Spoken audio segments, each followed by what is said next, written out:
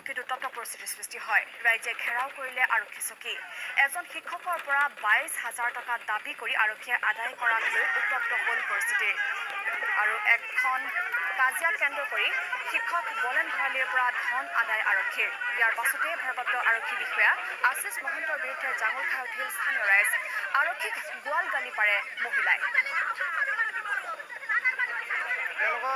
তেওঁলোক মাষ্টৰ মানুহ, মই তেওঁলোকক যেতিয়া সুবিধা দিলোঁ যে আপোনালোকৰ ওপৰত কেছ আছে, আপোনালোকে বেইল লৈ যাব, মই আপোনালোকক ধৰি নানো।